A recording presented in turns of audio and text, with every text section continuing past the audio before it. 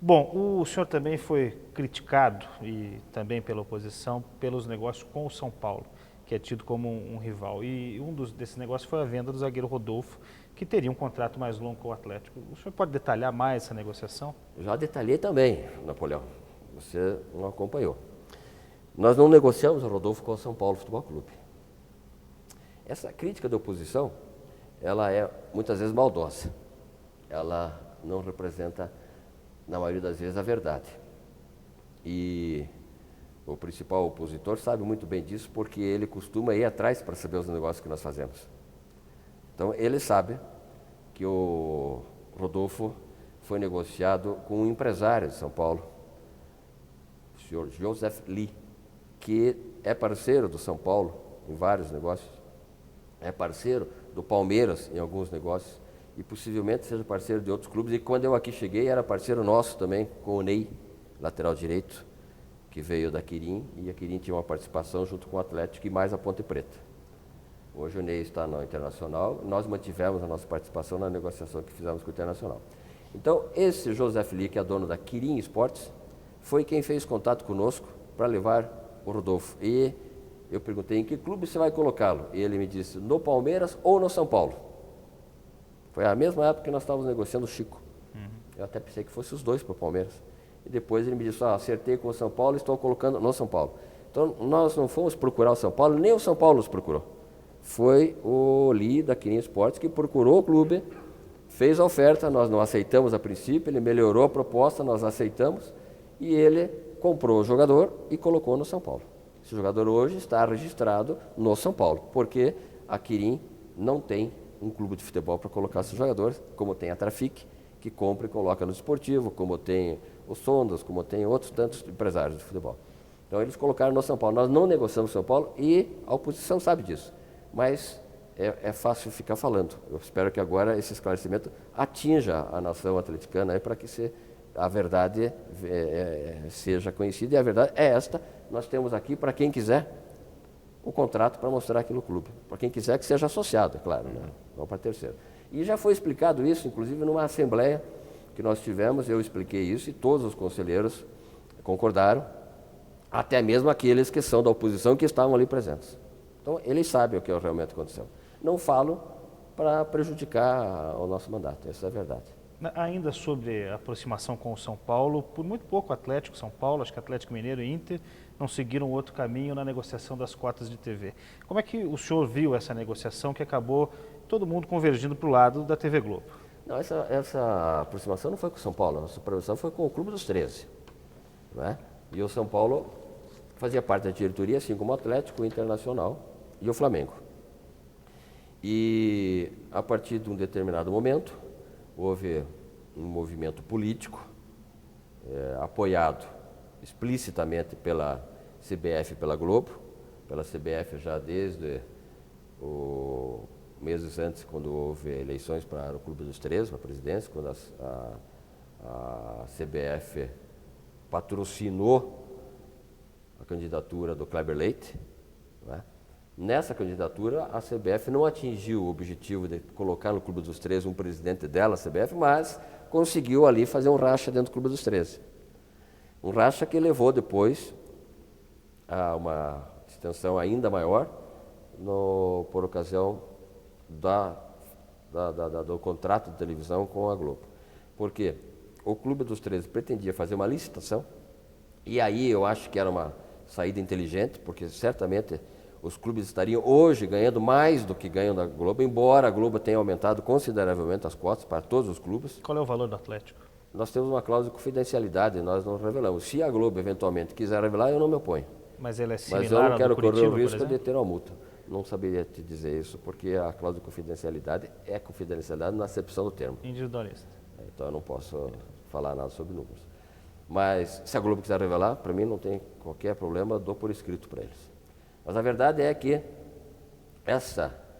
esse racha dentro do Clube dos 13 deu à Globo a oportunidade de pagar menos do que deveria estar pagando para os clubes da Série A. Menos do que deveria estar pagando. E certamente os clubes, se se mantivessem unidos, teriam hoje uma receita no mínimo de 300 a 400 milhões por ano a mais. Houve o racha, A Globo foi muito inteligente, junto com a CBF, em puxar para o seu lado os dois clubes mais populares do Brasil, Corinthians e Flamengo. E aí os demais seguiram. E nós nos mantivemos fiéis ao Clube dos 13 dentro daquilo que nós achamos política correta, de honestidade, de coerência. A partir do momento em que restaram 3 ou 4 clubes, o São Paulo, o Atlético, o Inter, o Atlético Mineiro, parece que são esses 4. O próprio Flamengo, que era da diretoria, já tinha ido para o lado da Globo. Nós fomos procurados, não procuramos a Globo nos procurou, veio aqui em Curitiba, fez uma reunião comigo, com o vice-presidente Enio Forné, e aí nós ajustamos um contrato com a Globo que atendia os nossos interesses e firmamos com a Globo, porque não se tinha mais como sustentar aquela licitação que tinha sido vencedora uma outra televisão. Ainda assim, já havia saído um calendário de transmissão de jogos, e esse jogo contra o Corinthians, a princípio, é o único em TV aberta para o Brasil. Eu espero que o Marcelo Campos Pinto, que é diretor da Globo, que certamente vai assistir o teu programa, cumpra a palavra que ele me deu de que o Atlético teria mais jogos ainda no primeiro turno, além do que ele iria rever a questão dos jogos diretos do Atlético no segundo turno do Brasileiro deste ano. Porque isso nos traz outro assunto, que é o marketing do clube, que também vem sendo alvo de críticas, embora eu já ouvi uma defesa sua de que o Atlético tem apresentado novos patrocinadores e tem tido essa preocupação. Eu gostaria que você falasse um pouquinho disso, Marcos, porque desde a saída do Verardi ninguém ocupa oficialmente esse cargo, né? Não, ocupa. Acontece que quem ocupa é aqui de dentro do próprio clube. Não, nós temos pessoas que ocupam, e eu posso dizer que nós faturamos agora, em 2011, o dobro do que havíamos faturado, mais do que o dobro do que havia faturado em 2008, que foi o mandato anterior ao meu. Então, 2009, 2010, 2011, a receita de marketing cresceu todos os anos, a ponto deste ano estar chegando próximo de 6 milhões de reais, que nós nunca tivemos isso na história do Atlético. Quem é o funcionário em questão? Nós temos o Jackson, temos o Péricles e mais a equipe toda deles que comanda o marketing. E com um outro dado importante, aquelas comissões que nós pagávamos, 12% para um, mais 7,5% para outro, isso tudo saiu fora. Hoje nós pagamos uma comissão pequena para esses mesmos funcionários, com uma forma de incentivo a eles, inclusive, e tivemos, por exemplo, o patrocínio master da camisa, da Filco, cujo contrato nós não pagamos um centavo de comissão, porque foi um contrato trazido por um diretor do clube, o Henrique Gaed, e que nos livrou, evidentemente, de qualquer comissão.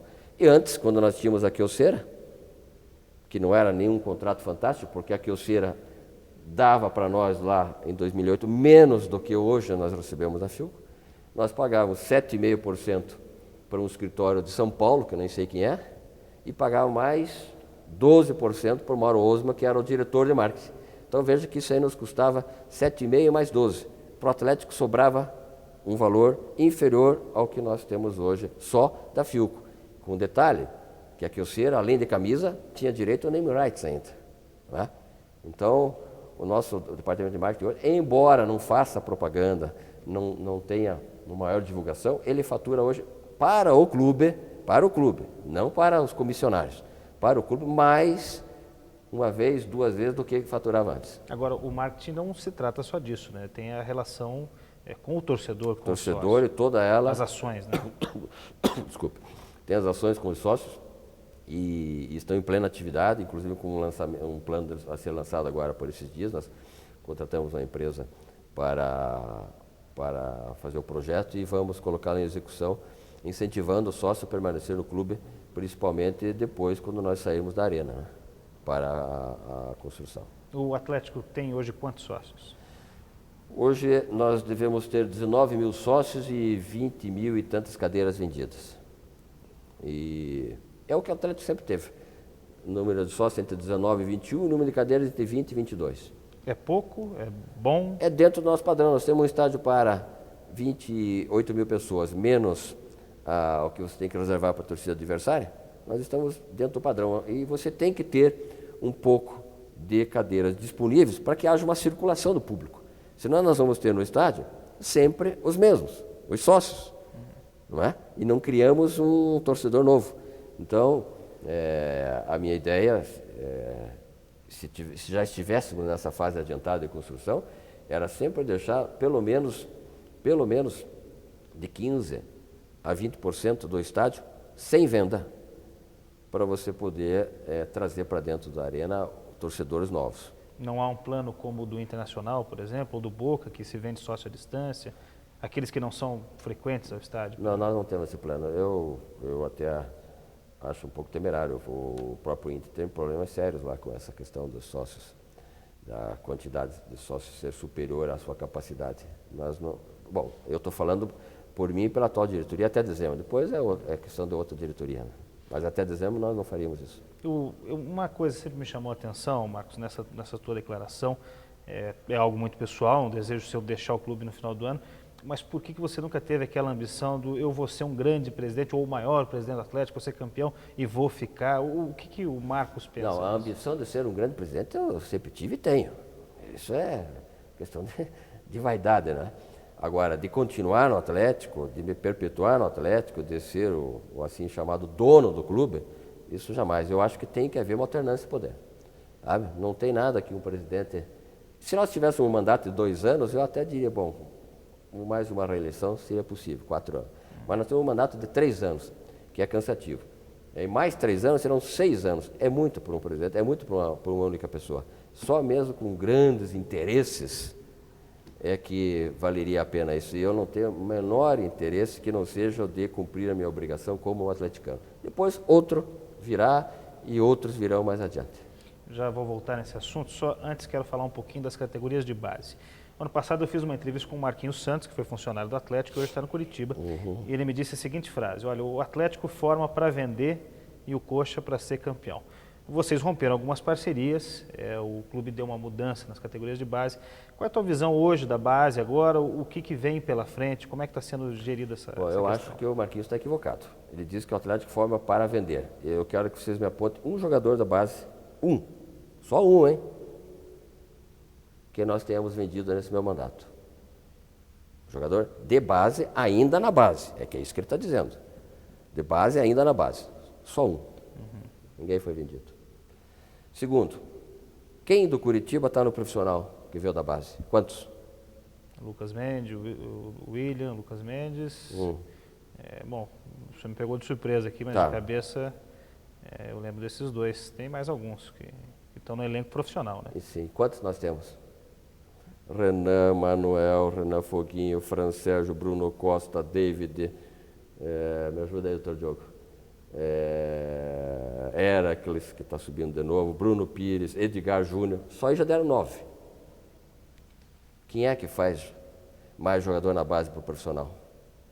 Entre os dois clubes? É uma avaliação que deve ser feita numericamente. Eu estou falando em função do que você me disse que o preparador deles, o treinador deles falou. Que seria uma razão para ele ter trocado um clube pelo outro. Pois é, mas então ele trocou equivocado. Porque os nossos jogadores da base estão lá no profissional. O único jogador de base que nós vendemos, formado no meu período, foi o Neto. Ninguém mais. E ainda por insistência do Neto e principalmente do empresário do Neto, que bateu na tecla da venda. Porque senão o Neto estaria aqui nesse campeonato e nós só o venderíamos ao final do ano.